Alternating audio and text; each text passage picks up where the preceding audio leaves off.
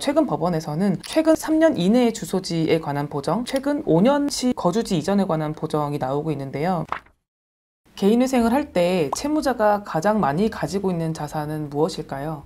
바로 임차보증금입니다. 그런데 이 보증금이 얼마냐, 그리고 누구 명의로 갖고 있느냐, 그리고 지역이 어디냐에 따라서 청산 가치가 달라질 수 있거든요. 오늘은 개인회생을 하시는 분들 중에서 보증금이 있으신 분들을 중심으로 특히 나오고 있는 보정에 대해서 알아보도록 하겠습니다. 먼저 대부분의 채무자가 피할 수 없는 보정은 바로 직전 거주지 보증금 그리고 현재 거주지 보증금입니다. 즉 현재 살고 있는 곳의 보증금이 얼마인지, 그리고 그 입금 내역, 그리고 이사 오기 전에 보증금은 얼마였는지, 그리고 그 입출금 내역, 이 부분을 반환을 어떻게 받았는지, 어디로 받았는지 이런 것들을 상세하게 법원에 제출하도록 요구를 하고 있는데요. 이 부분까지는 사실 별로 특별할 것도 없고 또 채무자들이 이거를 어려워하지도 않습니다. 그런데 최근 법원에서는 최근 3년 이내의 주소지에 관한 보정 또는 최근 5년치 거주지 이전에 관한 보정이 나오고 있는데요. 그 내용에 대해서 저희가 한번 다시 법원의 실제 보정 권고문을 보면서 말씀을 드려보도록 할게요. 채무자의 최근 5년간 주거지와 관련하여 채무자가 현 주거지 및 현 주소지로 전입하기 전의 5년 동안의 각 주소지에 대한 주거 상황,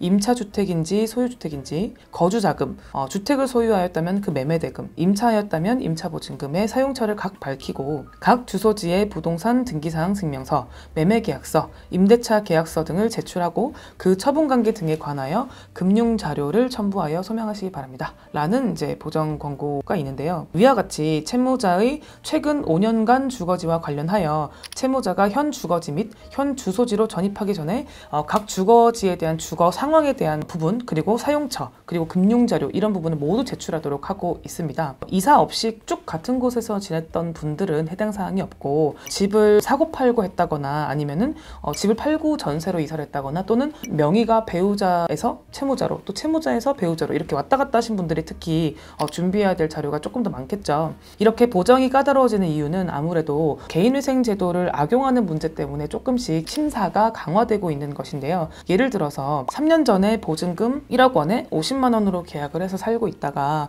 개인회생을 신청하기 1년에서 2년 전에 보증금을 대폭 줄여서 보증금 3천만 원에 50만 원으로 계약을 하고 나머지 7천만 원을 빼돌린다든지 또는 도박을 했다든지 누구를 갚아줬다든지 뭐 이런 식으로 하는 문제가 있을 수 있기 때문에 법원에서는 좀 더 긴 기간을 들여다보게 된 것입니다. 이렇게 빼돌린 금액, 소명이 안 되는 금액은 당연히 청산가치에 반영이 되겠죠. 대부분의 채무자들은 빼돌릴 돈도 없는 분들이 많아서 보정이 길게 나오거나 까다롭게 나오거나 해도 크게 문제는 없으니까 겁먹으실 필요는 없습니다. 이런 심사가 강화되는 이유는 결국 이 제도를 악용하는 사람들 때문이니까요. 끼는 놈 위에 나는 놈 있다고 하잖아요. 청산가치를 조금이라도 더 빼보려고 꾀를 부리기보다는 채무자들을 위해 마련된 이 소중한 제도를 다 같이 지켜갈 수 있게 갚을 수 있는 만큼은 최대한 갚아나가려는 성실한 태도도 굉장히 필요하다고 생각을 합니다. 오늘은 보증금을 좀 더 긴 기간 들여다보는 보정들이 나오고 있어서 개인회생 하시는 분들이 참고하시려고 저희가 영상을 만들어 봤고요. 영상이 도움이 되셨으면 좋겠습니다. 감사합니다.